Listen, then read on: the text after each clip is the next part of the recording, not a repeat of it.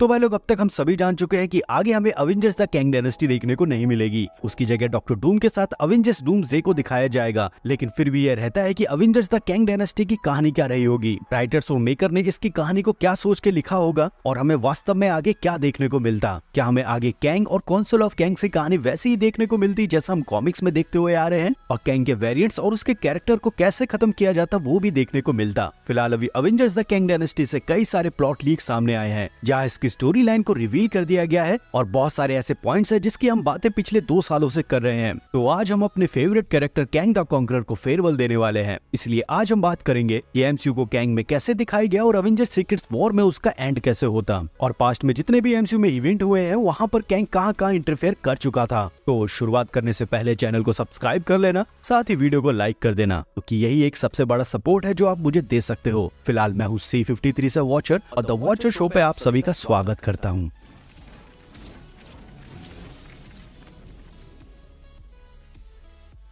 तो जब Marvel studios ने अपना एमसीयू मल्टीवर्सल सागा हमसे इंट्रोड्यूस कराया, तब उसने ये भी बताया कि इसका main villain Kang the conqueror होने वाला है, जो मल्टीवर्सल सागा को अपने हाथों से खत्म करेगा। शुरुआत बढ़िया हुई, हमें लोकी सीजन 1 देखने को मिला जहां ह्यूमन्स पहला कैंग द कॉन्करर का वेरिएंट नजर आया। फिर स्पाइडरमैन नो वे होम में हमने पहली बार मल्टीवर्सल इवेंट को देखा जहां हमारे तीनों फेवरेट स्पाइडरमैन एक मूवी में थे, साथ ही जो विलन मर गए थे उनको भी दोबारा दिखाया गया। फिर हमारे सामने है doctor strange multiverse of madness जहां हमें अर्थ 838 दिखाई गई। वहीं हमने इल्यूमिनाटी को भी विटनेस किया जो अपने यूनिवर्स के अपने सुपर हीरो ग्रुप के लीडर थे। इस मूवी में हमने कई सारे वेरिएंट्स को भी देखा और मिस्टर फैंटास्टिक के मुंह से पहली बार इनकर्जन के बारे में सुना। फिर इसके बाद फाइनली हमें कैंग को दिखाया गया एंटमैन क्वांटममेनिया में। कैंग ने यहाँ बताया कि कैसे मल्टीवर्स मर रहा है, वो कैसे यहाँ आया और उसके अगले प्लान्स क्या हैं। मूवी के लास्ट में हमें ऐसा दिखाया कि कैंग क्वांटम रेल्म से निकल गया है और इसी इवेंट की वजह से वो आगे अवेंजर्स द कैंग डायनेस्टी की शुरुआत करेगा। साथ ही पोस्ट क्रेडिट सीन में भी हमने काफी कुछ देखा। सबसे पहले हमें काउंसिल ऑफ कैंग्स देखने को मिली जहां हमने रामाटो रेमोट स्कारलेट सेंचुरियन के साथ कई सारे कैंग्स के वेरिएंट देखे। वही लोकी सीजन 2 के लिए एक सीन था जहां हमें विक्टर टाइमली को दिखाया गया, और फिर इसके बाद मिला हमें लोकी सीजन 2 जहां फाइनली मल्टीवर्स क्रिएट हुआ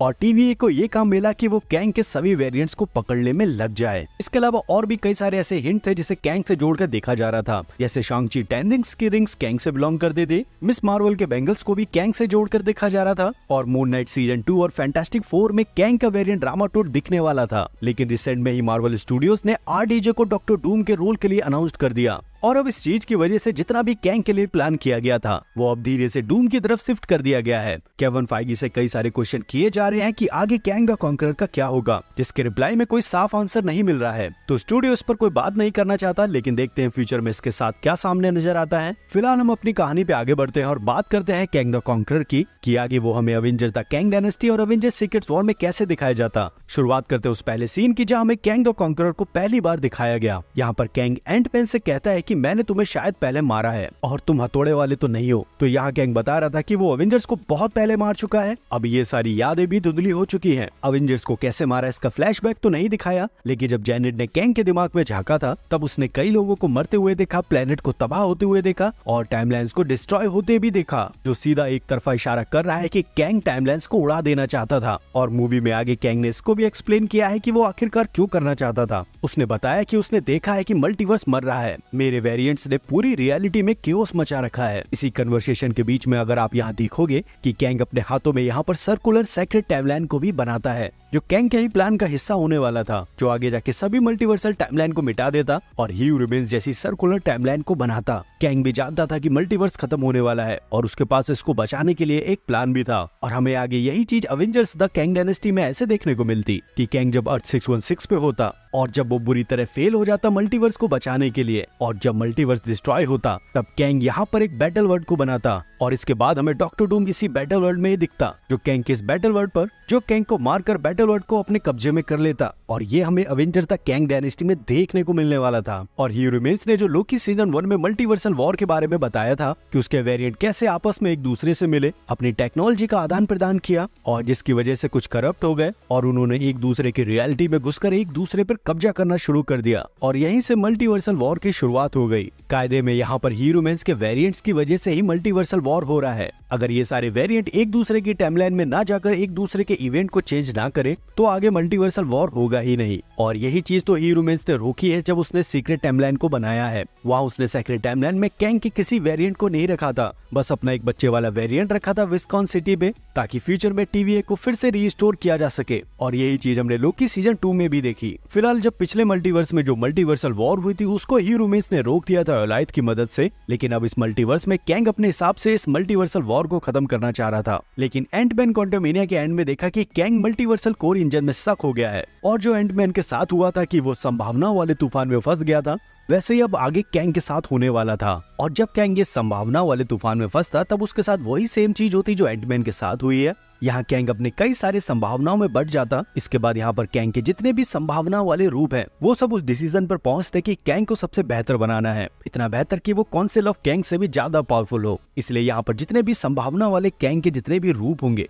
वो सब मिलकर एक यूनी माइंड बना लेंगे और कैंग द कॉन्करर में सब एक हो जाएंगे। इसको सरल भाषा में ऐसा समझ सकते हो कि यहाँ पर जितने भी कैंग के रूप होने वाले हैं उन सब की माइंड, मेमोरी और उनके एक्सपीरियंस इस मेन कैंग में जुड़ जाएगी, और इसीलिए ये कैंग आगे जाके प्राइम कैंग बनता, जिसको यहाँ से निकलकर सीधे 616 पर आना था। सेम चीज कॉमिक्स में भी हुई है, लेकिन वहाँ चीजें थोड़ी सी अलग हैं। कॉमिक्स में एक तरह का ग्लोब था जिसे इमोर्टस ने बनाया था ताकि वो बाकी जितने भी कैंग के वेरिएंट्स हैं उनके जिंदगी भर की मेमोरी और एक्सपीरियंस को उसमें डाउनलोड किया जा सके। इसके बाद जब लास्ट में इमोर्टस के प्लान से कैंग सभी वेरिएंट्स को मार देता है, जिसमें काउंसिल ऑफ कैंग्स भी शामिल होती है, तब इमोर्टस ये ग्लोब लेके चला जाता है जिसमें कैंग के वेरिएंट्स के सारे एक्सपीरियंस मौजूद थे। और मुझे लगता है कि ये जो ग्लोब है यही एक मल्टीवर्सल कोर है जो हमने एंटमैन क्वांटममेनिया में देखा है, लेकिन एमसीयू ने यहाँ पर कॉमिक्स की इन बड़ी चीजों को अपने हिसाब से थोड़ा बदल दिया है। फिलहाल इसके बाद क्वांटममेनिया मूवी के एंड में हमें कुछ ऐसा भी दिखाया गया कि कैंग क्वांटम रेल्म से बाहर तो आ गया, लेकिन उसको ऐसा शक भी है कि उसने कैंग को आजाद कर दिया है। इस सीन में चारों ओर कैंग का ही रेफरेंस लिया गया था,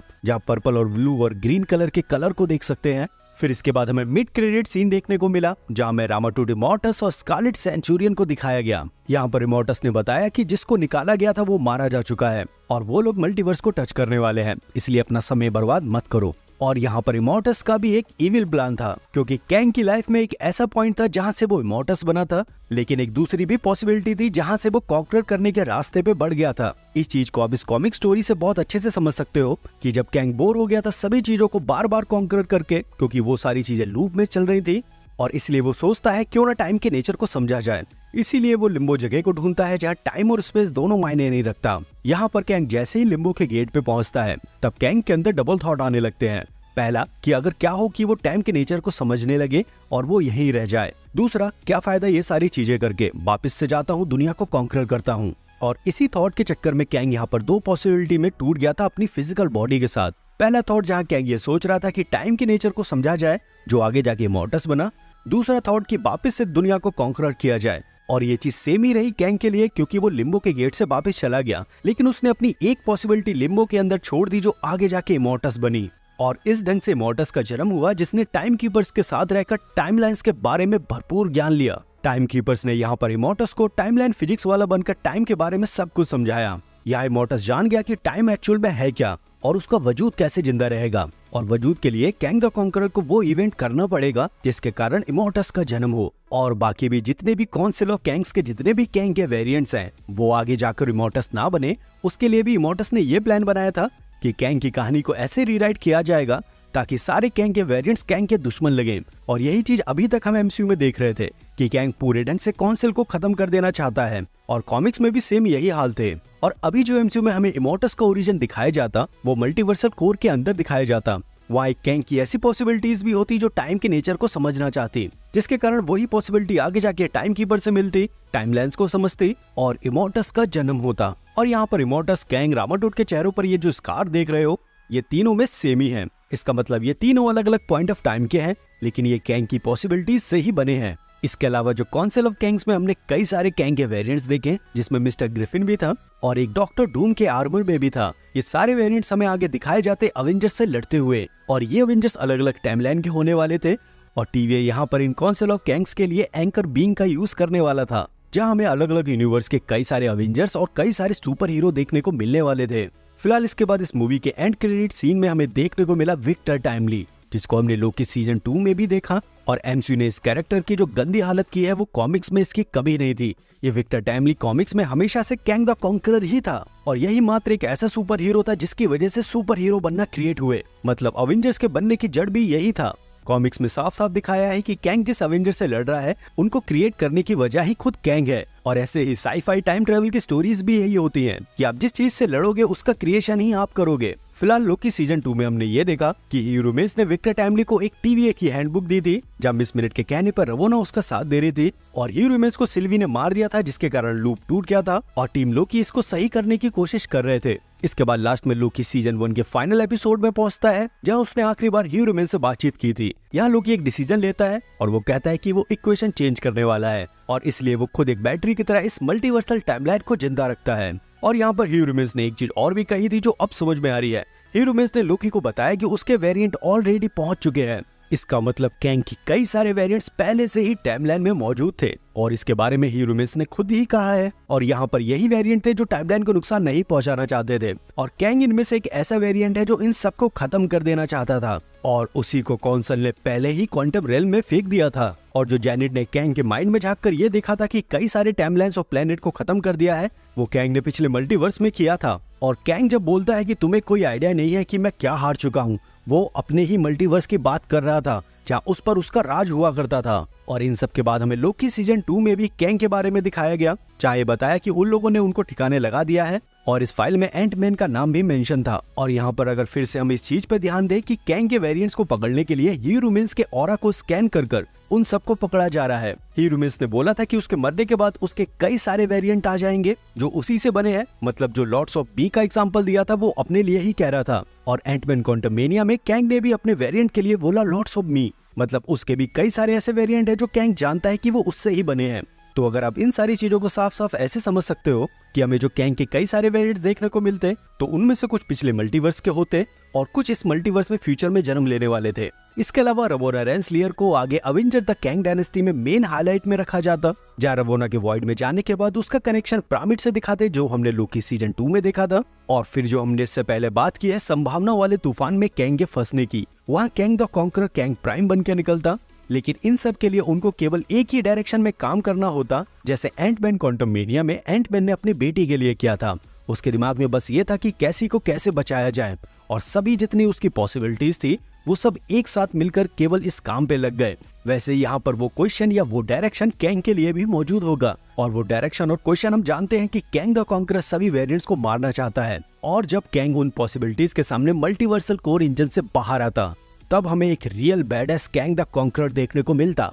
हमें आगे कैंग के फ्लैशबैक को भी दिखाया जाता कि उसने कैसे अवेंजर्स को मारा है। साथ ही वो ट्रॉफी वाला रूम भी देखने को मिलता जहाँ कैंग ने सभी अवेंजर्स को अपने हाथों से मारने के बाद उनकी चीजों को अपने रूम पे सजा रखा था। बाकी जितना भी कुछ सुपर हीरोज के साथ में हो रहा है उनकी लाइफ में, जिसके बारे में हमने पहले ही road to avenger Kang dynasty में बात की है कि थॉर का हैमर टाइम ट्रेवल कर सकता था लेकिन इमोर्टस ने छेड़ाखानी की है। वांडा अपने बच्चों को भी जन्म दे सकती थी, उस पे भी इमोर्टस ने छेड़ाखानी की है। और जितने भी इवेंट इमोर्टस ने कराए हैं अवेंजर्स के साथ उनकी टीम को अलग करने के लिए, वो सब पहले से ही रीराइट करके उनकी लाइफ में दिया गया है। इस पर मैं पहले कई बार बातें कर चुका हूँ, लेकिन अब एमसीयू में कैंग हमें इस ढंग से आगे दिखाया जाता। और जो कैंग ने गोल सर्कुलर टाइमलाइन बनाई थी जेनेट के सामने, वो ऑलरेडी पहले कर चुका था। और यहाँ पर हीरो मिस उसका बहुत पहले से साथ दे रहा था, क्योंकि अगर जेनेट 30 साल पहले क्वांटम रेल में गई और कैंग से मिली तो इसका मतलब कैंग का वजूद 30 साल पहले भी मौजूद था, जिसमें से इमोर्टस, कैंग द कॉन्करर, हीरो मिस, रामाटूट ये सब पिछले नष्ट हुए मल्टीवर्स के हिस्सा है। इसके बाद हमें एक और नया राज बताया जाता कि जितने भी आपने कैंग के वेरिएंट्स को देखा है, क्योंकि हीरो मिस भी कैंग के बाकी वेरिएंट्स इमोर्टस, रामाटूट, स्कारलेट सेंचुरियन और काउंसिल ऑफ कैंग्स के बारे में जानता था और उनको मारना चाहता था। और यही चीज कैंग भी करना चाहता था। और इसका रेफरेंस हमें लोकी सीजन 2 के पहले एपिसोड में देखने को मिला। जब लोकी टाइम ट्रैवल करते हुए TVA के हॉल में पहुंचता है तब वो यहाँ पर 5 अलग अलग कैंग के वेरिएंट को देखता है और जो स्टैचू था पीछे वो भी कैंग का था, जब तक उसको स्कार्स नहीं मिले थे। यहाँ पर एमसीयू ने कैंग के लिए अवेंजर द कैंग डायनेस्टी में बहुत ही बेहतरीन स्टोरी प्लान की थी, लेकिन हमारी जिंदगी झंड है क्योंकि ये मूवी कैंसिल हो गई है। और मैंने भी ये चैनल कैंग के लिए शुरू किया था, फिलहाल लग गए हैं। खैर भाई लोग, ये था हमारा कैंग द कॉन्करर का अधूरा प्यार जो अधूरा ही रह गया। और आगे कैंग से रिलेटेड कुछ भी मिलता है तो सबसे ज्यादा खुशी मुझे ही होने वाली है। फिलहाल प्यार बरसाते रहो, चैनल को सपोर्ट देते रहो और जो चैनल पे नए आए थे प्लीज चैनल को सब्सक्राइब कर लेना यार। मैं कॉमिक्स वर्स जैसा महान तो नहीं हूँ, तो भाई लोग 2500 कम है, बस 30,000 सब्सक्राइबर में जल्दी से 30,000 पूरे करवा दो। मैं मिलता हूँ आपको अगली वीडियो के साथ, तब तक आप अपना ध्यान रखो, मजे लो, लव यू एंड बाय।